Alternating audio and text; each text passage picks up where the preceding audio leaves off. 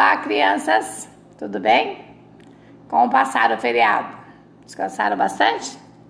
Então hoje, quinta-feira, 22 de abril, peguem nossos livros de história e de arte, né? Vamos estudar ali sobre história, sobre as pinturas rupestres e depois vamos dar a iniciativa à arte, né? Ainda a linguagem indígena. Então peguem lá, por favor, os nossos livros.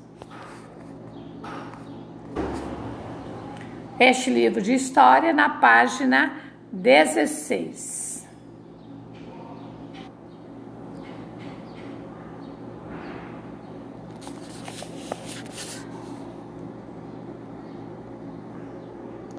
Então aqui, né, de olho na pintura, vocês vão observar que essa pintura, né, ela é de 1940.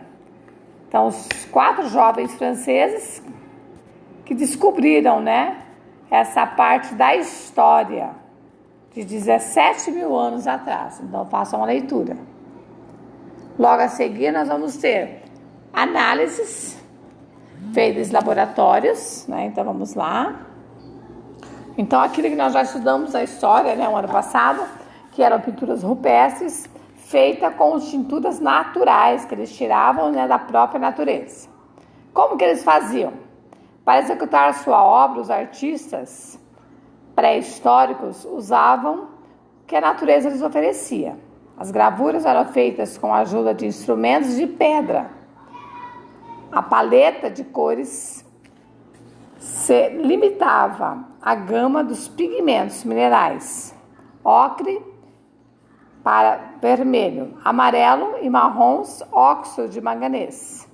Para pretos e marrons bem escuros, eles aplicavam a pigmentação direta com os dedos ou com pincéis rudimentares, feito com pelos de animais ou fibras vegetais. Então eles buscavam tudo o que tinham na natureza, porque eles eram os nômades, né? Eles não produziam, eles não plantavam e eles não produziam, era o que tinha na natureza. Aqui do lado, né, vocês podem ler, né, o significado de pigmentos, da cor ocre, tipo de solo que pode ter a cor vermelha, amarela ou marrom. Então eles produziam aquilo que eles tinham. O que é um óxido de manganês? Era uma substância encontrada na natureza, na forma de um cristal escuro. Então eles pegavam nas pedras, no barro, né, para executar as suas pinturas, tá bem? Logo abaixo nós já temos interpretação desse texto, né, tirado nas pinturas rupestres de 17 anos atrás. A primeira questão: como que ocorreu a descoberta da caverna de Lascaux, na França? Lascaux, na França. Então, essa caverna foi descoberta por um acaso, né?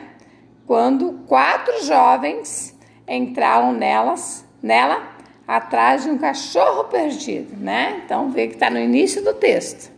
2. Responda as questões a seguir com base na imagem da pintura rupestres e no texto acima. Letra A. O que os seres humanos pintavam nas paredes das cavernas? Eles pintavam o quê? Eram a maioria dos animais, né? Que eles caçavam para se alimentar. B. De acordo com o texto, com quais materiais eram feitos os pigmentos que eles usavam para fazer a pintura rupestres? Então, eles usavam o que na pré-história? Pigmentos da natureza, né? De origem vegetal e mineral, nas cores vermelhas, amarelas, marrom. Ou obtidas do ocre, né? O óxido de manganês, que era usado para obter o preto e o marrom escuro. Então, era tudo da natureza. C. Por que os materiais usados hoje para fazer pinturas são os mesmos utilizados pelos seres humanos para pintar as paredes das cavernas há milênios de anos atrás? Não, né? Não são os mesmos. Porque hoje em dia eles usam pigmentação. Qual pigmentação? É o sintético, né? São as tintas fabricadas em indústrias. Então pensam bem para responder. Na página seguinte, com o passar do tempo, Alguns dos povos nômades aprenderam a cultivar cereais e frutas, além de domesticar animais para produzir o seu próprio alimento e ajudar nos trabalhos agrícolas, entre os anos de 12.000 anos antes de Cristo a 9.000 anos antes de Cristo, na parte ocidental da Ásia. Muitos seres humanos já sabiam praticar a agricultura e a pecuária. Como não precisavam mais de locomover-se em busca de alimentos, alguns povos abandonaram o estilo de vida nômade e a agricultura e a pecuária fizeram que eles se tornassem, pouco a pouco, seres humanos sedentários, né? Produziam o seu próprio alimento, plantavam os seus próprios alimentos. Então, nós temos aqui tipo do quê? De um planisférico, né? Demonstrando dentro da América do Norte, América Central, América do Sul, a parte da Europa, a África, a Ásia e a Oceania. Então, vocês vão fazer a leitura dessa legenda, desse mapa, onde vai mostrar a área meio rosé ali, né? A área de domesticação. E vão responder a questão 1 e a questão 2, ela é pessoal, tá bem? Vamos em seguir. As plantas e animais domesticados em uma região foram pouco a pouco sendo levados para outras partes do planeta e cultivados. Foi assim que, séculos depois, alimentos originários da Europa começaram a ser cultivados na América. E alimentos americanos foram levados para a Europa e outros continentes. Então, agora chegou a hora da pesquisa. Vocês vão pesquisar cada alimento, em qual região, aonde eles surgiram, eles foram produzidos, tá bem? Como nós não estamos na sala para cada grupo pesquisar um tipo, então vocês vão ao dicionário ou ao Google e vão verificar. O algodão veio de qual América? Da América Central? O arroz veio do leste, da Ásia, asiático, lá na África? E os demais logo abaixo. O 2. Pesquise também a origem de animais usados nos trabalhos agrícolas que se alimentavam. O boi veio de qual região? O cavalo, a galinha e o porco. Certo? Então, é uma pesquisa. Tudo bem? Então, vamos lá. Na página 20, vamos ver um parte ali, já quando iniciou a ação do sedentarismo, onde os povos já plantavam e se fixavam em seus lugares, né, plantando e caçando os seus próprios alimentos. Com a sedentarização, as populações começaram a construir casas e outros edifícios mais resistentes, de madeira, de barro ou de pedra. Foi nesse período que surgiram as pequenas aldeias. Nesses povoados, os espaços eram organizados em casas para morar, depósitos para alimentos e estábulos para os animais. Então, tinham seus próprios, né? Sua própria moradia e o próprio lugar onde criavam os animais, os estábulos. Esse processo ocorreu em várias regiões do mundo, na América Central, na China, no Oriente Médio, mas cada povo interagia de forma diferente com a natureza. Em lugares mais secos, os campos precisavam ser irrigados, né? Precisavam ser molhados. Em lugares mais úmidos, precisavam ser drenados, então drenar a água, que era muita, né, para a plantação. Nas regiões mais frias, as casas precisavam ser mais protegidas e os mantimentos tinham lugar para armazenar, né, durante o inverno. O que é drenar? É tirar o excesso da água, né, dentro do terreno. Então, eles tinham técnicas, eles foram criando técnicas para essas realizações. E vocês vão ter ali a ilustração e vão ter a questão 1 e 2, que também é pessoal. Tá? Vocês podem ler o texto, questionar os pais e os irmãos para respostas. E a próxima página 21, organizar-se para viver bem. Então, eles tinham que procurar o melhor modo de viver, né? Os grupos nômades, as pessoas trabalhavam juntas para se alimentar e se proteger. Acredita-se que esses grupos tinham líderes, que podiam ser os caçadores ou guerreiros, mais habilidosos ou mais fortes.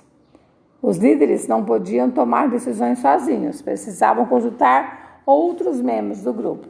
Então, já havia uma interação, ninguém tinha uma definição sozinha, né? Um precisa do outro, mesmo no nomadismo. Quando os grupos humanos se tornaram sedentaristas ou sedentários, o número de pessoas começou a crescer e foram desenvolvidas novas formas de tomar decisões e criadas novas tarefas para o funcionamento das comunidades. Então, enquanto era nomadismo, eles se interagiam, mas não tinha mais alimento, eles caíam fora, iam para outro lugar. Já com o sedentarismo, né, os sedentários, eles tinham que ter mais diálogos e produzirem, né, e criarem suas ações e decisões. Inicialmente, as primeiras aldeias eram formadas por um pequeno número de pessoas, geralmente membros de uma mesma família, que viviam e trabalhavam juntos. Mas, ao longo do tempo, as aldeias cresceram ainda mais e deram origem às primeiras cidades, né? Os pequenos povoados formaram cidades. Esse processo levou milhares de anos, mas entre 10.000 anos antes de Cristo e 5.000 anos antes de Cristo, já existiam cidades em diversas regiões do planeta. Hoje, nossas sociedades são formadas por um grande número de pessoas. Por exemplo, o Brasil, né? O Brasil conta com mais de 2.008 milhões de pessoas, segundo o IBGE de 2017. Estima-se que no passado, quando ainda predominava o nomadismo, os grupos humanos eram formados por apenas algumas pessoas, dezenas de pessoas. Você tem a questão 1, que é pessoal, e você tem a questão 2, que é direcionada ao texto. Quais são as principais decisões que precisavam tomar para organizar as comunidades, as cidades, os estados, o país que vivemos? Então, quais eram, né? Então, era importante escolher o quê? Os líderes, né? Criar leis, regras e ter uma boa conduta, né? Um bom funcionamento da própria comunidade.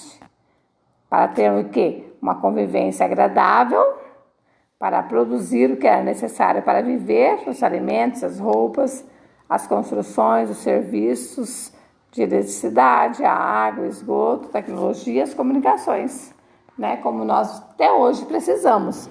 Nós precisamos de empresas. Nós compramos um lote para construir. Precisamos da empresa por energia e água. Precisamos de engenheiro para poder construir a nossa própria casa. Então, um precisa do outro. Então, essas são regras para viver bem. Tudo bem?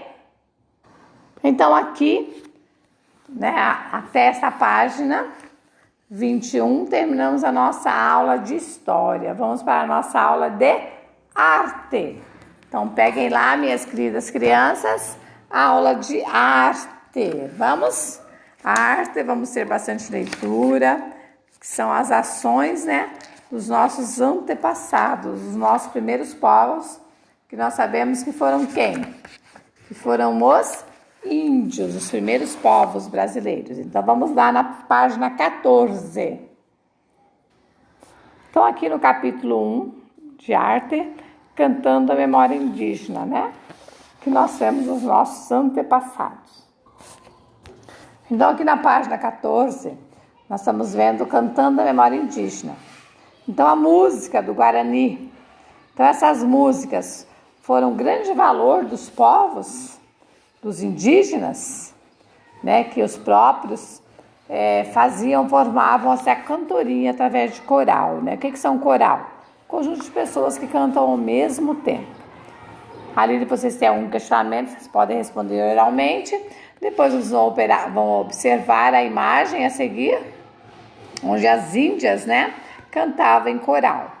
E responder resposta pessoal à questão. Em seguida, nós temos ali mais outros grupos, né, que compõem o coral do Guarani e as canções também de Tenodé Porã, né, são canções portuguesas em Guarani.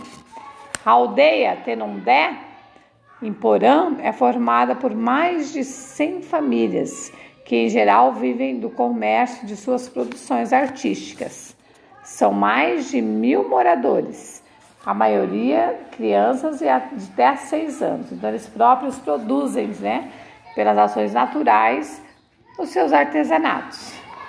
Na escola de Tenondé, em Porã, as crianças aprendem a língua guarani e a língua portuguesa, já com a comunidade da aldeia. Aprendem a preservar as tradições dos seus povos, né? Como próprias cantos, danças e artesanatos. O coral das crianças entoa, entre outros cânticos, o Xondaró, que é uma homenagem, né, aos participantes, uma dança guarani que se assemelha às artes marciais, né, a chamada capoeira. Vamos ler aqui, né, essa canção em guarani, tá bem? Façam a leitura. Próxima. O que é uma obra, né? Que obra é essa pintura? Então, através da manifestação da música, que é uma cultura guarani, vocês façam a leitura dessa tradição. O que são os jesuítas, né? São os membros da ordem religiosa, né? Da campanha de Jesus, que veio lá da Europa para o Brasil. Então, façam a leitura desse texto também. Logo após, com que materiais são feitos os adereços dos jovens, né? Que eles fazem as suas próprias pinturas naturais. Vai falar um pouco mais do Xondaró, né? Que são mais uma das ações pelas quais eles produzem as suas danças e as suas músicas. Na próxima página nós temos várias imagens de obras, né? Feitas também pela canção do Xondaró. Nós temos as imagens, temos algumas entrevistas e alguns CDs de música também. E para fecharmos aqui, né, a nossa função dentro da globalização,